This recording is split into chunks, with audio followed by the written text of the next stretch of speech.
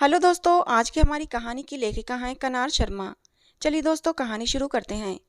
अरे अंजना, दोपहर के 2 बजने आए हैं। तुम्हारी रसोई किस तरह भिनक रही है। मेरी बेटी तो 12 बजे ही खाना बनाकर रख लेती है, और एक तुम हो जो दिन भर बिना नहाए यूं ही घर में यहाँ से वहाँ टहलती रहती हो। वह देखो, मशीन में कपड़े बास मार रहे हैं, यहाँ फ्रिज में सब्जियाँ सड़ रही हैं। ये कोई घर का तरीका है गृहस्थी चलाने का। आखिर मेरे बेटे के घर में बरकत हो तो कैसे हो। कुछ सीखना हो तो अपनी ननद से सीखो। कितनी साफ सफाई से रहती है, पूरा घर शीशे की तरह चमकता रहता है। सास कमला जी कुछ दिनों के लिए शहर अपने बेटा बहू के पास रहने आए हैं, और वे बस बहाना ढूंढती हैं अपनी बहू की कमियां गिनाने और उसकी तुलना अपनी बेटी से करने के लिए। इतने में दरवाजे पर घंटी बजी, देखा तो कांता बाई थी। अंजना बोली, दीदी आज इतनी देर कैसे हो गई, आपकी तबीयत तो ठीक है। तो कांताबाई बोली, हाँ भाभी, मेरे बेटे की तबीयत खराब हो गई थी, डॉक्टर को दिखाकर घर छोड़ आई, इसीलिए थोड़ी देर हो गई। कहते हुए कांता जल्दी जल्दी बर्तन साफ करने लगी। कोई बात नहीं दीदी, तुम्हारे लिए चाय बनाती हूँ। चाय का पतीला गैस पर रखा ही था कि उसकी सांस शुरू हो गई थी। अंजना कभी भी किसी छोटे बड़े में भेदभाव नहीं करती, सबसे समान रूप से बात करती है। दोनों की बातें सुन कमला जी भुनभुनाते हुए बोली, अंजना बहू, ये घर के काम वाली है, ये तुम्हारी दूसरी सास जो इतने प्रेम से बातें की जा रही हो, डांटती क्यों नहीं इसे। ऊपर से महारानी को चाय पिला रही हो। मेरी बेटी होती तो यूं सीधा कर देती, कभी देर से आने की न सोचती। अरे मेरी मूर्ख बहू, सब बहाने होते हैं। बच्चा बीमार, बुखार आ गया, कभी हाथ पांव दुख गया, कभी गांव में कोई रिश्तेदार मर गया, सब झूठ बोलती हैं काम से बचने के लिए। घर में पांव पसार कर सोती हैं, और तुम जैसी औरतों से पैसा लूटती हैं। वह तो मेरी बेटी ऐसे लोगों को ठीक करना बहुत अच्छे से जानती है, वरना तुम्हारी तरह होती तो ऐसे ही पूरा घर बिखरा पड़ा रहता। बड़बड़ाते हुए अपने कमरे की तरफ चली गईं।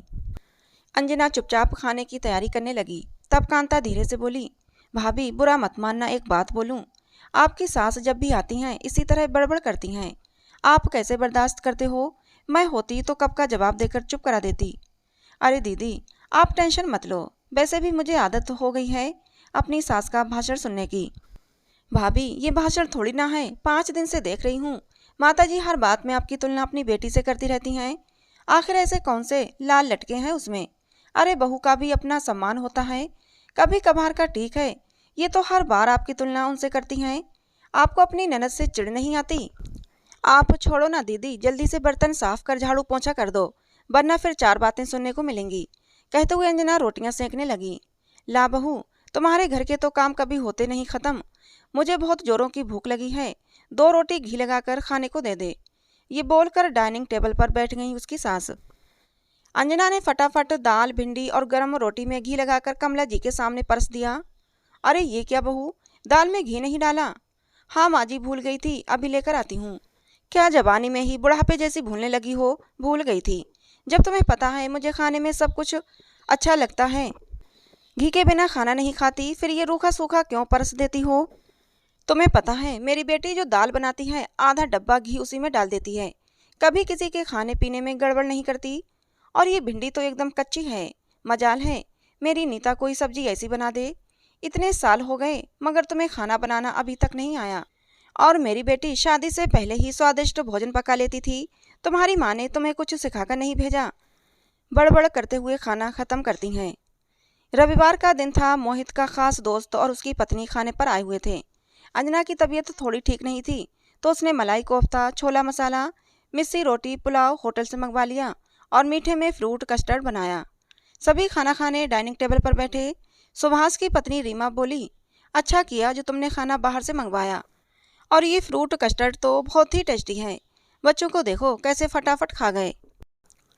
कमला जी से रहा नहीं गया, बोली, अरे घर में मेहमान आते हैं तो होटल से थोड़ी ना मंगाते हैं। मेरी नीता कभी ऐसा नहीं करती, एक से एक पकवान बनाकर खिलाती है। इन्होंने तो बीमारी का बहाना बना होटल से इतना महंगा खाना मंगवाकर खर्चा ही किया है। बचत करना सीखना है तो अपनी ननद से सीखो, बहुत होशियार है।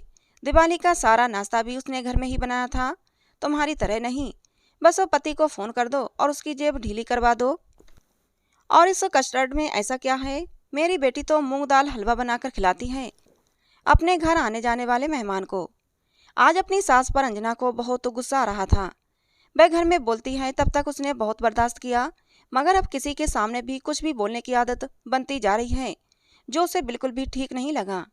क्योंकि तुलना तो मैं भी कर सकती हूँ सासू माँ, अंजना ने अपने मन में सोचा। अगले दिन कमला जी पूजा कर उठी। बहू मुझे चाय दे दो, साथ में कुछ बिस्किट मठरी भी। अरे माँ जी, आपकी पूजा कितनी जल्दी निपट जाती है। एक मेरी माँ है जो सुबह और शाम एक एक घंटे पूजा करती हैं, जाप कर रामायण गीता पाठ करती हैं, मंदिर जाती हैं, सत्संग करती हैं, कितने उपवास रखती हैं, शाम को 6 बजे ही खाना खा लेती हैं। और एक आप हैं जो छोटी सी पूजा करके ही खाना पीना शुरू कर देती हैं। सच मेरी माँ जैसी आप में कोई भी बात नहीं।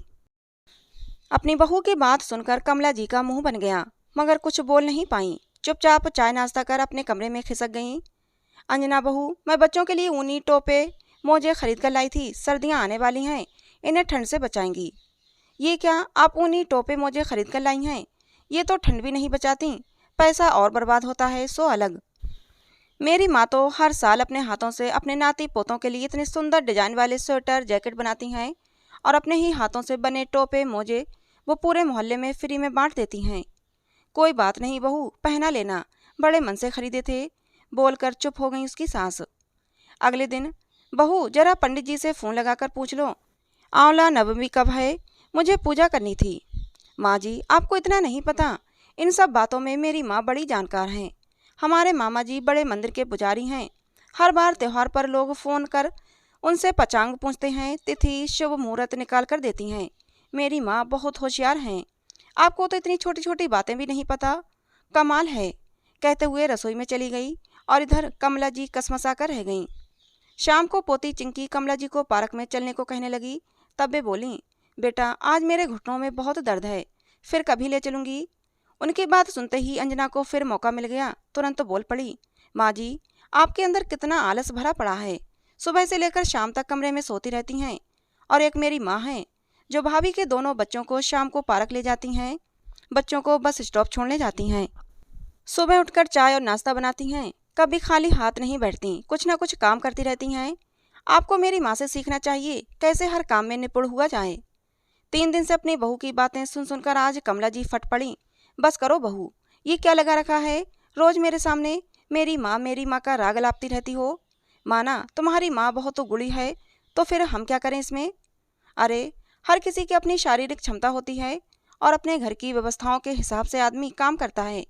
इसका मतलब ये नहीं कि तुम तुलना कर करके मेरी बेइज्जती करती रहो। और यही सब जो आप मेरे साथ करती हैं उसका क्या क्या मतलब। मम्मी जी, आप भी तो नीता दीदी से मेरी तुलना दिन में न जाने कितनी बार करती हैं, और तो और बाहर वालों के सामने भी मेरी बेइज्जती करने से नहीं चूकती। तब मुझे कैसा लगता होगा, कभी सोचा है आपने। कमला जी समझ गईं कि कैसे वह भी अपनी बहू और बेटी में तुलना करती रहती हैं, उसे बिना वजह ही अपनी बेटी से तुलना कर डांटती हैं। बात सिर्फ इतना समझने की है, जिसकी जैसी क्षमता है वह वैसा ही रहेगा, फिर क्यों जबरदस्ती बोल बोल कर उसे नीचा दिखाना और अपने रिश्तों में दरार डालना। तो दोस्तों, ये कहानी आपको कैसी लगी कमेंट करके जरूर बताइएगा। पसंद आई हो तो प्लीज़ लाइक करें, शेयर करें, चैनल को सब्सक्राइब करें। मिलते हैं दोस्तों किसी नई कहानी में।